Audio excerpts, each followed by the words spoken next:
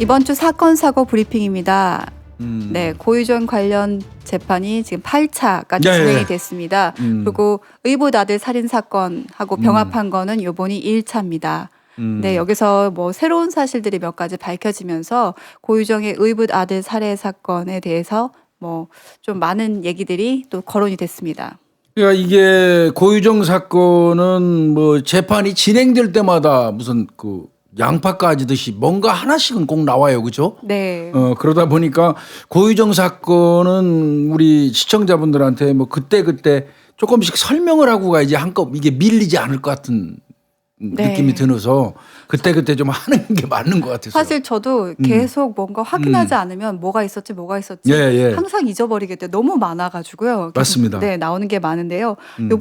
요번에는 그 뭐지? 휴대전화 분석 결과 맞아요. 했는데 이 고유정이 그 의붓 아들이 사망했을 시점에 사망 시간 전후쯤에 그 SNS를 확인한 결과하고 또 전화번호를 삭제를 했었는데요.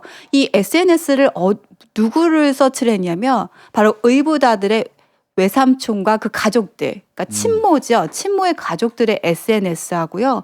또 전화번호도 그때쯤에 삭제를 한 걸로 알려졌습니다. 이게요. 사실상 현 남편, 그러니까 소방관 현 남편이 전처, 그러니까 네. 이번에 사망한 아들의 친모죠. 네. 전처의 그 이 외삼촌들 뭐 이런 사람들 관련해서는 전화번호를 일러준 적이 없대요, 고유정이한테. 네, 현 남편이 그렇게 얘기를 했죠. 현 남편이 네. 그 증언을 그렇게 했어요. 그런데 어떻게 고유정이가 내 전처 사망했죠. 네. 사망한 내 전처의 오빠나 남동생들, 외삼촌들의 혹은 그들의 가족들의 전화번호를 알고 있었을까 의문을 갖는 거고요. 네. 이제 이게 아마 검찰에서 오늘 공판 진행 과정에서 검찰에서 얘기를 했나 봐요. 사실상 그 아이가 사망한 게 3월 2일이잖아요. 3월 네. 2일 새벽이잖아요. 2019년 3월 2일입니다. 이 3월 2일 날 의붓 아들이 사망을 했는데 사망하자마자 바로 그 이후에 그 이 전처의 그 친인척 그러니까 외삼촌 등등의 그 이 휴대전화번호라든지 뭐 이런 것 등을 싹 삭제를 한 기록이 나왔다는 거예요. 네, 실제로 예. 고유정이 그때, 그러니까 3월 1일이죠. 3월 1일 날 저녁에 자기도 감기 기운이 있다고 하면서 각방을 썼지 않습니까? 그렇습니다. 그러면서 들어가서는 새벽에 일어나서 이런 SNS라든지 이걸 서치를 했었고 또한 전화 기록을 삭제를 한 거죠. 그렇습니다. 근데 그 줌이 아이가 사망했을 거라고 지금 검찰에선 보고 있거든요. 그러니까 이제 아마 이거는 그런 검찰이 의도하는 얘기는 그거 아니겠어요? 아이를 살해하고 난 이후에 이제는 아이의 그 연관된 모든 것을 정리하는 의미, 네. 그런 의미에서 아이의 그 친모의 형제들, 그러니까 외삼촌 아이 입장에서 볼 때는 이런 사람들의 휴대전화 번호라든지 관련된 그 어떤 그 자료를 전부 삭제한 게 아니냐, 정리 단계, 심리적 정리 단계 아니냐. 이런 거를 검찰은 강조하고 싶었던 것 같아요. 저도 그렇게 판단을 하는데요. 우리가 번호를 삭제할 때는 그 사람에 대해서 필요가 없기 때문에 이걸 더 이상? 네, 연락할 필요가 없는데 그 연락해야 될 필요가 연결고리가 바로 의붓 아들이잖아요. 맞아요. 그러니까 의붓 아들의 존재가 사라졌다는 거 사라졌잖아요. 자기가 인지를 했기 때문에 그걸 삭제했을 가능성이 굉장히 높은 거죠. 그렇죠. 그렇기 때문에 검찰에서는 이것도 살해의 증거 중 하나다라고 이제 사실 제시한 거죠.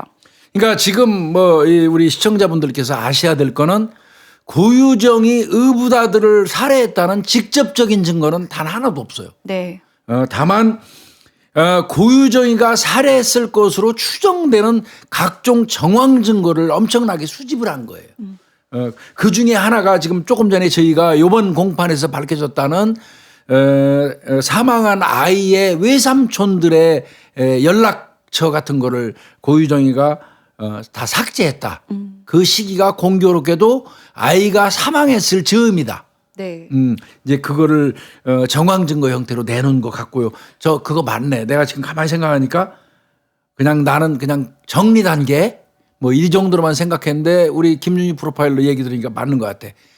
아이를 자기가 데리고 있을 때는 남편한테 할 말 못할 수도 있죠. 네. 아이의 외삼촌이나 아이의 그쪽 할머니 뭐 이런 데하고 연락을 하면서 뭔 부탁을 한다거나 얘기하고 논의할 수 있는 그런 그 근거는 있죠. 그런 이유는 있죠. 그런데 이제 아이가 사망했다면 그들이 필요 없는 거죠. 연락할 이유도 없으니까. 그러니까 그거 다 효용이 다 됐기 때문에 삭제했다. 네. 또 그런 관점으로도 보는 게 맞는 것 같습니다. 네, 저는 네. 그렇게 봤고요. 맞네요. 또 더욱이 남편이 알려준 적이 없다고 하는데 이 번호를 어떻게 알았을까? 저는 나름 추측을 해봤던 게 남편의 핸드폰을 종종 본인이 받겠죠. 네, 보고 필요한 정보들을 자기가 갖고 있었을 가능성이 굉장히 클 것 같아요. 그건 또 그럴 수 있겠네요. 네, 이게 이제 고유정이가 의붓아들 살해 사건 관련해서 어떻게 보면 법정에서 좀 증거가 될 수 있을 것 같아요.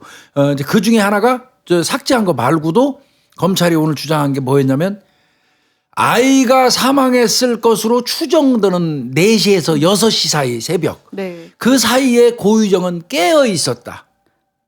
그거를 검찰이 강조를 했거든요. 검찰이 그걸 강조했어요. 왜? 뭐 어떤 것을 근거로 그때 고유정이가 아마 문자 보내고 뭐 이런 게 나왔나 봐요. 네, 디지털 포렌식 그 분석을 했더니 예. 분명히 그때 고유정이 첫 번째 그 증언을 할 때는 난 그때 자고 있었다라고 얘기했거든요. 본인이 자고 있었다고 그랬죠. 네, 근데 지금 정황상으로 다른 증거들이 이 고유정이 깨어 있었다라는 걸 얘기하는 거잖아요. 즉 자고 있는 사람이 문자하고 그럴 일은 없죠. 카톡하고. 그러니까 고유정 거짓말을 했다라는 거죠. 그거를 이제 검찰이 하나 더 밝힌 것 같아요. 근데 이제 여기서 중요한 거는 이거 굉장히 저는 그 부분을 중요하게 보거든요. 깨어 있었다는 거를. 자, 경찰이 수사 들어갔을 때 아이는 사망했어요. 네, 그러면 아이는 사망했는데 아이의 사망 사실에 관해서 국과수에서는 뭐라고 얘기했냐면 누군가가 온몸으로 10분 이상 압착해서 살해했다. 그러니까 즉 말하면 타살이라고 국과수에서는 결과를 냈잖아요. 네. 그러면 아이는 살해됐다고 단정을 하자고요. 네. 아이가 살해됐는데 그러면 살해한 사람은 외부에서 침입한 사람이 없다면 근데 그게 흔적이 없어요. 네. 왜 지문이 없어요? 그렇다면 그 집안에 있는 현 남편과 고유정 둘밖에 없어요. 용의자는. 자, 그런데 중요한 거는 고유정이는 깨어 있었다. 깨어 있었다. 네, 자, 현 남편은 고유정이가 11월 달에 처방받은 독세핀이라는 수면제를 먹고 깊게 골아떨어졌다. 그러면 검찰이 주장하고 싶은 건 그거겠죠. 네, 외부에서 침입한 사람 없어. 아이는 타살이 맞아. 용의자는 둘이야. 한 사람은 깊이 잠들었어. 명확하게 고유정이는 깨 있었어. 그럼 그 얘기는 바꿔서 얘기하면 뭡니까? 고유정이가 범인이라는 거를 자꾸 검찰은 주장하는 거죠. 네, 그게 맞는 것 같습니다. 그 독세핀이라는 게요. 우리 이제 계속 졸피뎀만 봤잖아요. 독세핀의 특징이 뭐냐면요. 잠이 안 드는 사람이 먹어서 잠이 드는 약이 아니라 그 잠을 먹으면 깊이 잠들게 하는 약이랍니다. 그래서 졸피뎀하고는 달라요. 그래서 아마 네. 성분을 저희가 모든 성분들을 다 조사할 수 없기 때문에 보통 이제 수면제나 약물 검사를 할 때 몇 가지 성분을 넣는데 그 중에 이제 졸피뎀을 넣거든요. 보통은 왜냐하면 졸피뎀 같은 경우는 잠이 안 오니까 잠자게 하는 그렇습니다. 거. 근데 지금 교수님 얘기하신 독세핀 같은 경우는 잠을 깊게 깊게 잠들게 하는 약. 그러니까 실제로 이것이 범죄에 사용됐을 거라고 처음에는 생각을 못했기 때문에 그때는 그래서 안 나왔었잖아요. 네. 졸피뎀 성분만 찾았잖아요. 국과수에서 근데 경찰하고. 그걸 좀 범위를 넓혀서 예, 해봤더니 모발에서 네, 그 성분이 나온 거죠. 독세핀이 나왔는데 그 독세핀 나 그 얘기 듣고 깜짝 놀랐어요. 저도 듣고 또 예, 저 뭐 여러 가지 제가 그 이 범행에 사용되는 그 수면 관련된 약들을 제가 알고 있는데 대표적인 게 물론 졸피뎀입니다. 그런데 독세핀이라는 게 또 독실아민 뭐 이런 것도 있어요. 독세핀이라는 약이 있다는 것도 이번에 처음 알았고 또 그거를 확인을 제가 해봤더니 독세핀은 잠이 깊게 드는 약이래요. 그러니까 그렇게 따지면 그건 처방을 받은 건 분명히 11월 초에 고유정이가 받았고 네, 근거가 있어요. 네, 그 남편은 안 받았어요. 현 남편은. 독세핀 처방 받은 적이 없어요.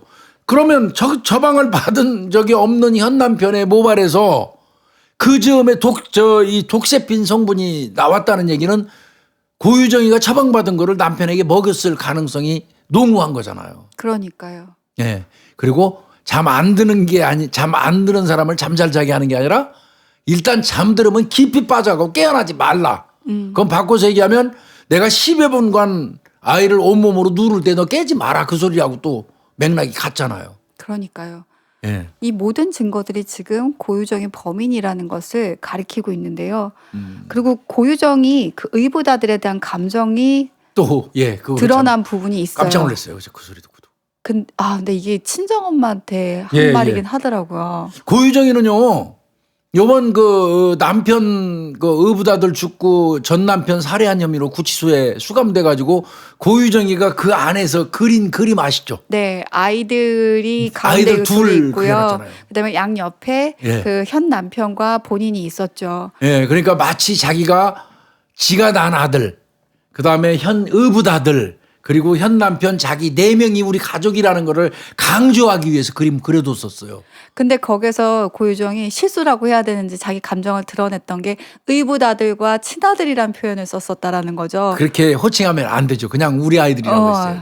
그리고 아니면 이름을 불렀겠죠. 그렇기 때문에 이건 누군가를 보여주기 위한 거다. 그건 수사기관에서 보라는 얘기예요. 그러니까. 내가 이렇게 내 나름대로 가족이라고 보는 거는 애들 둘과 현 남편밖에 없다. 그런 내가 애를 죽였겠냐. 이걸 강조하려고 그린 거거든요. 구치소에서 그림 그리고 메모해 놓으면 그거 다 수사기관에서 본다는 거 아는 거예요. 네. 그죠? 네. 근데 이와 같은 게 또 그 사람들하고의 대화에서도 나타났던 거예요. 처음에 이제 의붓아들이 죽고 나서 주위에서 어떻게 막 이제 얘기를 했겠죠. 근데 그 주변에는 또 되게 슬퍼했다고 해요. 그 이제 아이가 죽은 거에 대해서. 근데 이제 친모가 이제 전화를 한 거죠. 어떻게 하니 아이가. 고유정의 친어머니가. 네. 근데 친정엄마라고 해야 될 거예요. 친정엄마죠? 네, 고유정의 친모는 친정엄마. 아니고요.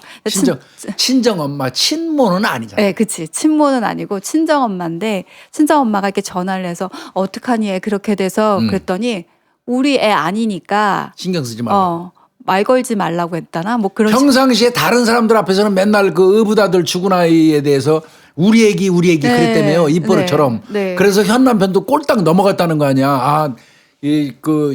고유정이가 내 아들을 굉장히 친엄마처럼 우리 애기 하면서 위해 주는구나 이렇게 인식을 했다는데 네.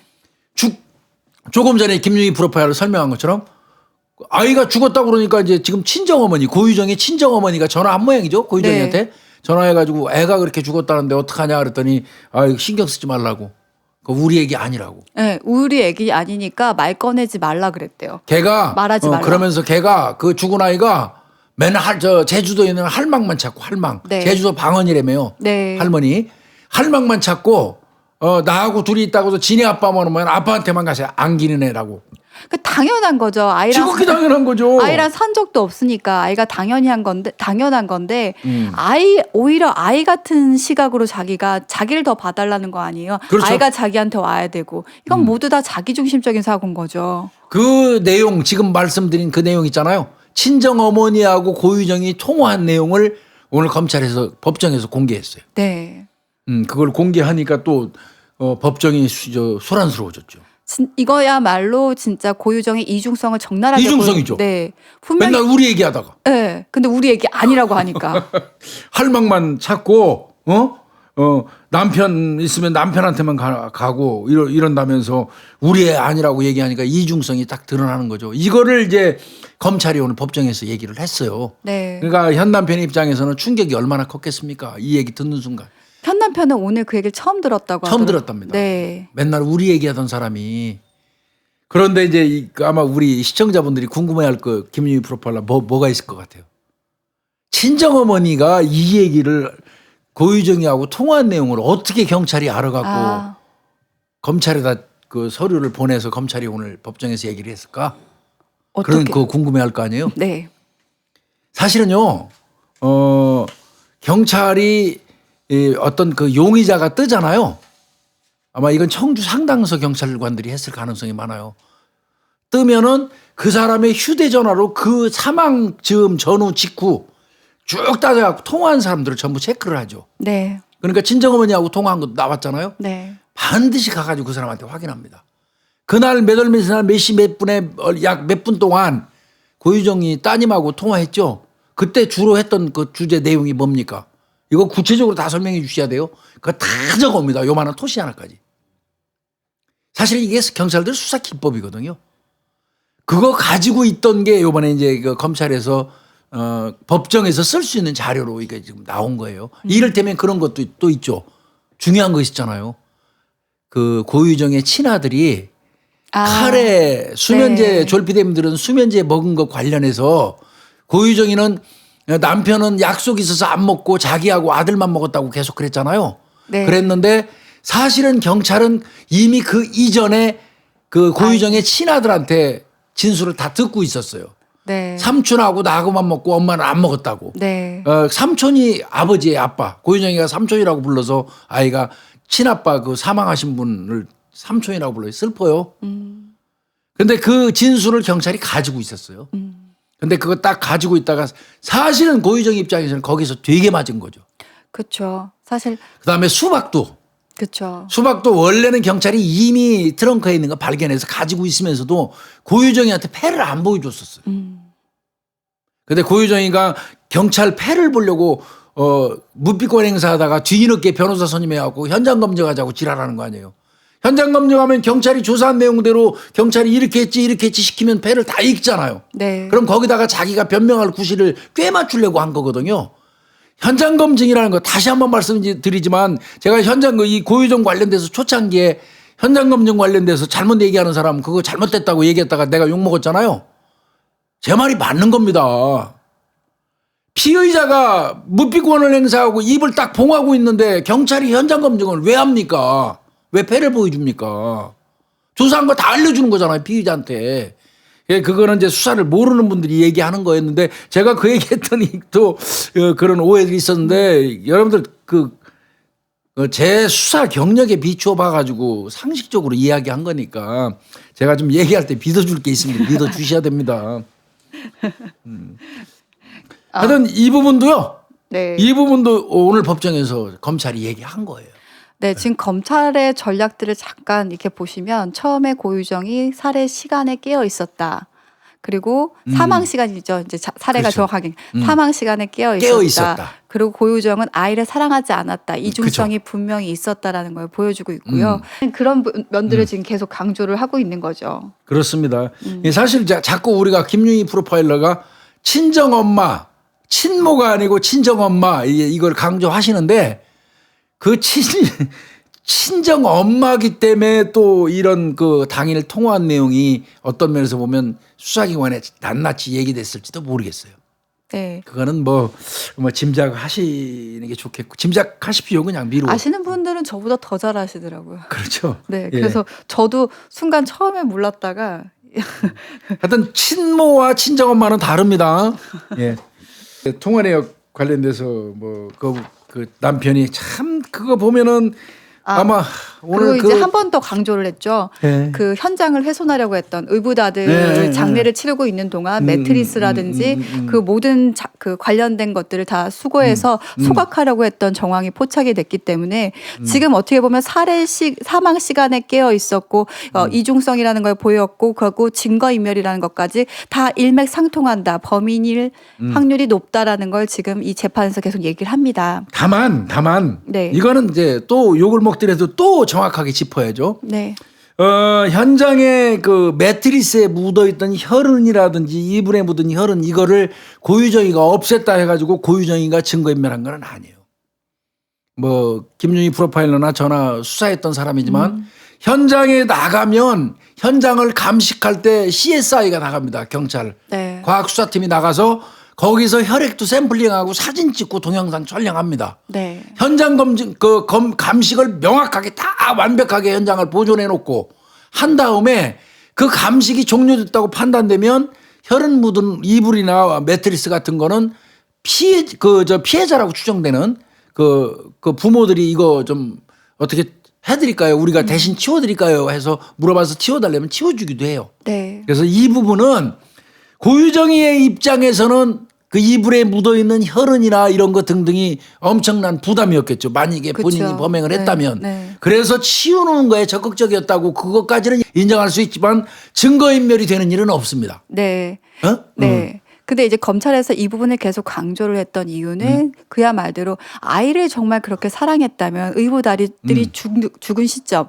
장례식을 치르는 그 시점에서 굳이 이렇게까지 매트리스라든지 이불들을 버리려고 했을까라는 것을 의문을 제기하는 거죠. 매트리스는 또 당일날 저녁 8시에 그 매트리스 재활용하는 데다 전화해가지고 가져가도록 그 고유정이가 시켜놨었다는 거예요. 그러니까 사실 아이가 죽으면 그런 정신까지 없잖아요. 맞지요. 그리고 저 이제 내친김에 말씀드릴게. 내가 곤란하니까 내 자식 죽은 그 피 묻은 그 이불 내가 못 치우겠으니까 경찰 아저씨들 형사님들이 치워주세요. 그러면 우리가 치워주잖아요. 실제로 치워달라고 그러면 그 감시 끝나고 난 다음에 형사들이 진짜 폐기 처분하는 형태로 치워줘요. 근데 고유정 입장에서는 형사들도 아마 물어봤을 거예요. 치워드릴까요? 했을 때 형사들한테 안 맡긴 이유가 있어요. 지 손으로 완벽히 없애고 싶었던 거일 거예요. 형사들이 가져가면 혹시 진짜 폐기 처분을 하는데 형사들이 가져가면 혹시 보관하고 있어갖고 나중에 나한테 불리할 수 있을까? 이런 생각 했을 수도 있어요. 네. 그래서 자기 손으로 치우고자 했을 가능성은 있어요. 그러나 현장 감식했기 때문에 증거가 인멸될 우려는 없다. 네. 이거는 말씀드리고 싶은 거죠. 네. 이 고유정 사건은 물론 뭐 지금 고유정 변호인 같은 경우는 완전 소설 쓴다고 얘기를 계속해요.